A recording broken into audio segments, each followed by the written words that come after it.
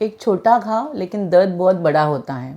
सुबह उठने के बाद मोशन जाने के समय सुई चुभने जैसी पीड़ा होना, बहुत ज़्यादा जलन होना, मोशन करने की इच्छा ही नहीं होना क्योंकि इतना ज़्यादा दर्द वहाँ पे महसूस होता है।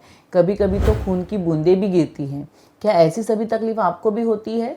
ज़्यादातर लोग ऐसी जब तकलीफ़ होती है तो पाइल्स हो गया है ऐसे समझते हैं, परंतु इसको पाइल्स नहीं, एनल फीशर कहा जाता है, जिसकी वजह से ऐसी तकलीफ़ आपको हो रही है। तो चलिए देखते हैं एनल फिशर आयुर्वेद के अनुसार किस तरीके से वर्णन किया है और उसके लिए किस तरीके से हम लोग पूरी तरीके से जड़ से उसकी चिकित्सा करके उसको ठीक कर सकते हैं। नमस्ते, मैं डॉक्टर पल्लवी भिरुड आप सभी का हमारे सायो आयुर्वेद और गर्भ संस्कार के यूट्यूब चैनल पर स्वागत करती हूँ। एनल फिशर, जिसको आयुर्वेद में परिकर्तिका नाम से जाना जाता है, सुश्रुत संहिता में गुद प्रदेश के यहाँ पर चीरे के जैसा दर्द होना, जलन होना और रक्तस्राव होना, ऐसे परिकर्तिका इस व्याधि का लक्षण बताया है। तो चलिए देखते हैं इस परिकर्तिका व्याधि के कारण क्या क्या हैं। सबसे पहले तो जब डाइजेशन डिस्टर्ब हो जाता है, इंडाइजेशन होता है, कॉन्स्टिपेशन होता है, तभी ये तकलीफ बढ़ती है। शरीर में जब वात का प्रकोप ज़्यादा मात्रा में होता है, वात बढ़ता है, तो हमारा जो मोशन है वह ड्राई हो जाता है, जिसकी वजह से भी परिकर्तिका व्याधि हो सकता है। जो लोग बहुत ज़्यादा रूखा, सूखा या तीखा, मसालेदार खाना खाते हैं, उनके शरीर के अंदर भी वात और पित्त का प्रकोप होने की वजह से उनको ये तकलीफ़ हो सकती है। उसी के साथ साथ जो लोग बहुत ज़्यादा जंक फूड का सेवन करते हैं, मैदे वाली चीज़ों का सेवन करते हैं, ऐसी सभी चीज़ों का अति मात्रा में सेवन करना, यह भी वात प्रकोप का एक महत्वपूर्ण कारण होता है। जो लोग पानी कम पीते हैं, पानी की मात्रा बहुत कम होने की वजह से भी इंडाइजेशन होता है, खाना सही तरीके से नहीं हजम होता, कॉन्स्टिपेशन हो सकता है और बाद में परिकर्तिका व्याधि उत्पन्न हो सकती है। तो ये जो परिकर्तिका व्याधि जब होती है तो उसमें लक्षण क्या क्या दिखाई देते हैं, चलिए देखते हैं। सबसे पहले तो इसकी जब स्टार्टिंग होती है तो शुरुआत में कॉन्स्टिपेशन की तकलीफ पेशेंट को ज़्यादा होती है।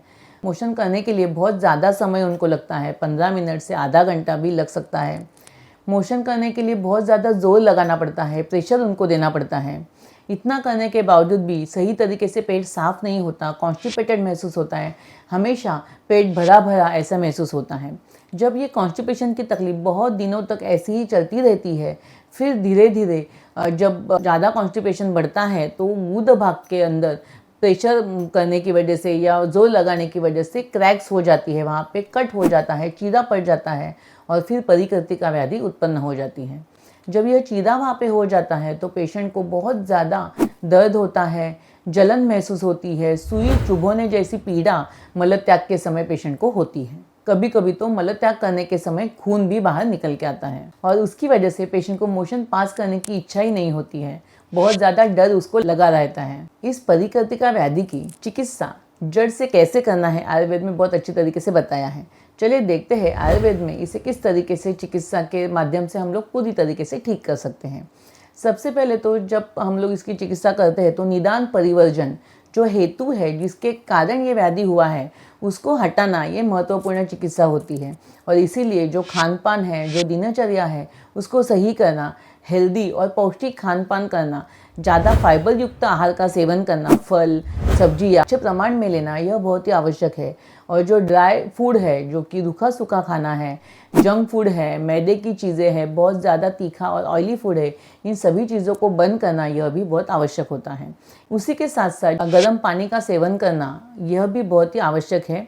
और जो भी खाना आप खाते हो उसमें भी घी का इस्तेमाल अगर आप करते हो तो वह भी पाचन तंत्र को सुधारने में मदद करता है, डाइजेशन इंप्रूव करता है और परिकर्तिका, इसमें जो रूखापन है आंतड़ों में आया हुआ है, उसको कम करने में भी मदद करता है। इसीलिए आपको खाने में घी का इस्तेमाल अच्छी तरीके से करना आवश्यक है। ये डाइट में जब चेंजेस करेंगे तभी उस व्याधि को हम लोग पूरी तरीके से जड़ से मिटा सकते हैं। उसी के साथ साथ जब हम लोग चिकित्सा करते हैं तो कुछ आंतरिक दवाइयाँ भी दी जाती है। आंतरिक दवाइयों में त्रिफला चूर्ण, गंधर्व हरितकी चूर्ण, अभिपत्तिकर चूर्ण, भास्कर लवण चूर्ण, ऐसे बहुत सारे चूर्ण दिए जाते हैं, जिसका मेन उद्देश्य जो है पाचन तंत्र को सुधारने में और मल को सॉफ्ट करने में, पतला करने में मदद करती है, जिससे कि मलत्याग के समय होने वाली वेदना पेशेंट की कम हो सकती है। उसी के साथ साथ बाह्य चिकित्सा भी की जाती है, जहाँ पे गुद प्रदेश में जो चीरा पड़ा है, वहाँ पे क्रैक हुई है, वहाँ पे लगाने के लिए भी हम कुछ एक्सटर्नल एप्लीकेशन के लिए कुछ ऑयल्स या घी का इस्तेमाल करते हैं, जैसे कि जात्यादि ऑयल या जात्यादि घी यष्टिमधु घी, यह जो है ये सभी दवाइयाँ जो है जख्म हुआ है वहाँ पे वो ठीक करने में मदद करते हैं।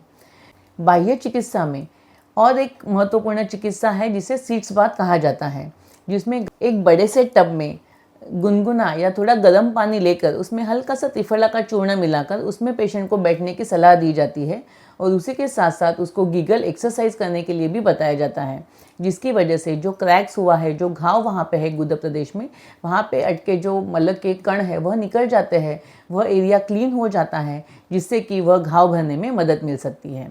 इसके साथ साथ यह सभी चिकित्सा करने के बावजूद भी पेशेंट को टेम्पररी तो आराम मिलता है, परंतु फिर से यह बीमारी थोड़े ही समय में फिर से उत्पन्न होती हुई दिखाई देती है। इस बीमारी को अगर जड़ से आपको कम करना है तो आयुर्वेद में कुछ पंचकर्म चिकित्सा बताई गई है। उसमें सबसे महत्वपूर्ण है बस्ती चिकित्सा। इस चिकित्सा में दवाई युक्त जो तेल होते हैं पेशेंट के गुद प्रदेश से अंदर छोड़े जाते हैं, जिससे कि वहाँ का जो घाव है वह भरने में भी मदद होती है और आंतड़ों का जो रूखापन है, जो ड्राइनेस है, आंतड़ों की जो मोटिलिटी है वो बढ़ाने में भी यह तेल आपको मदद करते हैं, जिससे कि ये परिकृतिका व्याधि जड़ से हटाने में आपको मदद हो सकती है। आयुर्वेद में बस्ती चिकित्सा वात रोग की बहुत ही श्रेष्ठ चिकित्सा है और परिकृतिका व्याधि में वात का प्रकोप ही महत्वपूर्ण कारण होता है और इसीलिए बस्ती यहाँ पे आपको हेल्प करती है।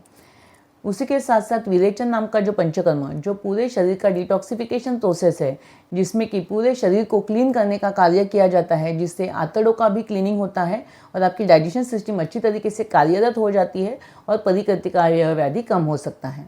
तो परिकृतिका यह व्याधि सिर्फ एक घाव नहीं है, परंतु आपके शरीर में जो वात दोष बढ़ा है, जो ड्राइनेस बढ़ा है, शरीर में कुछ ना कुछ डाइजेशन के सिस्टम में बिगाड़ हुआ है, इसको दर्शाने वाला एक अलार्म है, एक संकेत है।